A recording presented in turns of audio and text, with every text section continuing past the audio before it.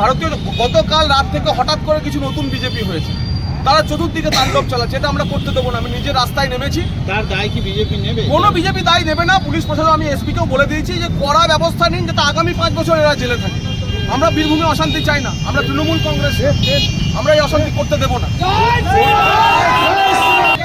পারুলিয়াতে ছুটপুট কিছু অশান্তি হয়েছে, আমি পারুলিয়া যাচ্ছি, আমি চিন্তায় যাচ্ছি, সদাইপুরের বিস্তীর্ণ এলাকা আমি নিজে ঘুরবো, নিজে দাঁড়িয়ে কারো যদি কোনো হয় তার ব্যবস্থা আমি দেখতে যাচ্ছি। নমস্কার।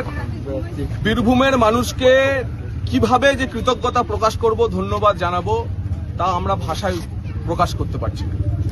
নত মস্তকে আপনাদের এই ভোটদান, আপনাদের এই জনাদেশ আমরা স্বীকার করে নিচ্ছি। গতকাল থেকে আমার তো ব্যক্তিগতভাবে ফোন বন্ধই হচ্ছে না। একটা ফোন ধরতে গেলে আর একটা ফোন চলে আসছে মাঝপথে। আমি কোনো কারোর সঙ্গে কোনো কথা বলতে পারছি না। অজস্র মানুষ, হাজার হাজার মানুষ আমাকে তাদের শুভেচ্ছা বার্তা পাঠিয়েছেন। তাদের ব্যক্তিগতভাবে আমি কোনোভাবে জবাব দিতে পারছি না, তার কারণ সেই সুযোগই তৈরি হচ্ছে। আমরা কৃতজ্ঞ আপনাদের জন্য, কিন্তু একই সঙ্গে কিছু কিছু জায়গায় জেলাতে একটু সমস্যা তৈরি হচ্ছে, কারণ হঠাৎ করে গত রাত থেকে কিছু নতুন বিজেপি তৈরি হয়েছে। কিছু দুষ্কৃতী তারা হঠাৎ করে বিজেপির ঝান্ডা নিয়ে বিভিন্ন জায়গায় তাণ্ডব শুরু করেছে, খবর আমাদের কাছে আসছে। একজনও ভারতীয় জনতা পার্টির কার্যকর্তারা এ ধরনের কাজ করছে না, কিন্তু যে দুষ্কৃতীরা এই কাজ করছে তাদের কিন্তু আমরা ছেড়ে দেবো না। ইতিমধ্যেই আমার পুলিশ প্রশাসনের সঙ্গে, জেলা শাসকের সঙ্গে, পুলিশ সুপারের সঙ্গে কথা হয়েছে। আমরা পরিষ্কারভাবে বলে দিয়েছি যে যেখানে যেখানে এই ধরনের ঘটনা ঘটছে কড়া পদক্ষেপ নিন, এমন জেল দিন যেন আগামী 5 বছর, এই আনন্দ করছে আগামী 5 বছর যেন জেল থেকে বেরোতে না পারে। এবং ব্যক্তিগতভাবে আমি আজকে বিভিন্ন জায়গায়, ব্যক্তিগতভাবে আমি এখন থেকে আমি বেরোচ্ছি, বিভিন্ন জায়গাতে আমরা যাচ্ছি। আমাদের কোনো কার্যকর্তা যেন দায়িত্ব জ্ঞানহীন আচরণ না করে। যারা হঠাৎ করে নতুন বিজেপি হয়েছে, সেই নতুন বিজেপিদের জন্য ব্যবস্থা যা নেওয়ার প্রশাসন নেবে, সেই ভূতেদের বিরুদ্ধে প্রশাসন যা নেওয়ার ব্যবস্থা নেবে। আমরা বলেছিলাম 21-এর হিংসার পর আপনাদের ব্যথার আছে যে হিংসা মুক্ত রাজনীতি, ভয় মুক্ত পরিবেশ পশ্চিমবঙ্গে তৈরি করব। প্রধানমন্ত্রীজি বলেছেন মহা জঙ্গল রাজ আমরা শেষ করব। আজ মহা জঙ্গল রাজ আপনাদের আশীর্বাদে শেষ হয়েছে, তাই কোনোভাবে শান্তি বিঘ্নিত করা যাবে না, কোনোভাবে শান্তি বিঘ্নিত করা যাবে না। যদি শান্তি বিঘ্নিত হয় তাহলে ভারতীয় জনতা পার্টির যে নতুন সরকার আসছে, সেই সরকার কল্পনাতীত ব্যবস্থা নেবে, এটা যেন আপনারা মাথায় রাখবেন। সেজন্য প্রত্যেকের কাছে আবার হাত জোর করে আমি অনুরোধ করছি, প্রত্যেকের কাছে আমি হাত জোর করে অনুরোধ করছি যে কোনোভাবে এলাকায় শান্তি শৃঙ্খলা বজায় রাখতে হবে, আইনের শাসন প্রতিষ্ঠা করতে হবে। তার জন্য সময় দিন, সুযোগ দিন। যারা আমাদের উপর অপরাধ করেছে তারা কেউ ছাড় পাবে না। আমি প্রচারে বলেছিলাম যে অপরাধ এবং অপরাধীর গুণ বিচার করে প্রয়োজন মতো অ্যান্টিবায়োটিক আমরা দেব, কিন্তু সেই সুযোগ তো সরকারকে দেবেন, নিজেরা আইন হাতে তুলে নেবেন না। এই অনুরোধ আপনাদের করছি। আজকের মধ্যে, এই মুহূর্ত থেকে কোনো জায়গায় আর সে তৃণমূলের যেই হোক, অন্য কেউ হোক, আপনাদের উপর অত্যাচার করলে পরেও তাদেরকে ক্ষমা করে দিন, তাদের উপর তাদের গায়ে যেন আঁচড় না পড়ে। ভারতীয় জনতা পার্টিকে বুঝিয়ে দিতে হবে, ভারতীয় জনতা পার্টির প্রতিটি কার্যকর্তা থেকে, তা আমরা চোরামূল না, আমরা তোলামূল না, আমরা হচ্ছে যে এই তোষণবাদী আমাদেরকে ভোট দিয়েছি। সুতরাং এটা আমাদের পার্টির একদম নির্দেশ আছে যে ধরনের কোনো কিছু আপনারা অ্যালাউ করবেন না, এবং আপনাদের সাহেব যেখানে যা ফোর্স ইউজ করার একদম করুন।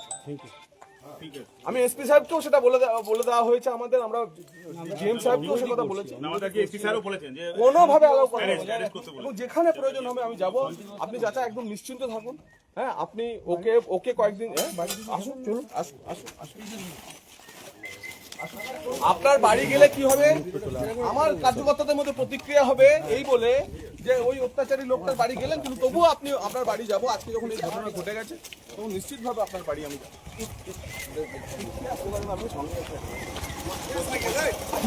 আমার কাছে হ্যালো, এখন ওই সময় এখন পরে কথা বলবো। এটা পাবো, এইটা ভাইবো, এইটা হাবি বড় বাড়ি দাদা। ঠিক আছে, চলুন। ঠিক আছে, ঠিক আছে, ঠিক আছে চাচা, ঠিক আছে। আর ও কি করবো আমি দেখছি।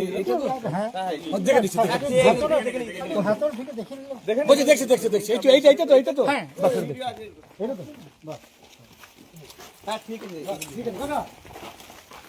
ঠিক আছে কাকা, আমি এসেছি যখন, মায়েরা সবাইকে বলে গেলাম নিশ্চিন্ত থাকুন।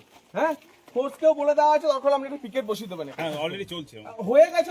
আমি হাত জোর করে আপনাদের কাছে আমি ক্ষমা চাইছি। আমি হাত জোর করে ক্ষমা চাইছি আপনাদের কাছে, কিন্তু কি করা যাবে? আপনার বাড়ির লোকও চরম অত্যাচার করেছে 15 বছর ধরে, সেটা জানেন, কিন্তু তারপরেও আমি ক্ষমা চেয়ে যাচ্ছি। এই আপনাদের দোকান ঘরে আমাদের কার্যকর্তাদের 5 ঘন্টা 7 ঘন্টা আটকে রেখেছিল, মারধর করেছিল, আমরা সেসব ভুলে গেছি।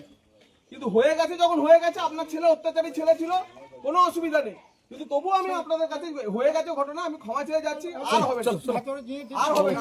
ঠিক আছে, আমরা তো দেখেছি, পুলিশ তো দেখে নিয়েছে আমরা।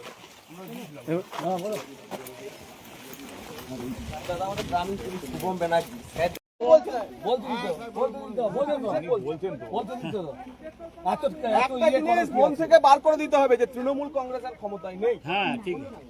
এটা মাথা থেকে বের করে দিতে হবে। বেরিয়ে গেছে তো? এবার বিজেপির শাসনে আমরা কাউকে তোষণও করব না। আমাদের মডেল হচ্ছে সবকা সাথ সবকা বিকাশ, কেউ বঞ্চিত হবে না। সেজন্য আমি ছুটে এসেছি। আমি বিজেপির বিধায়ক, প্রথম ছুটে এসেছি আপনাদের কাছে। হ্যাঁ, যা হয়েছে অন্যায় হয়েছে, যারা করেছে আমি ক্ষমা চাইছি।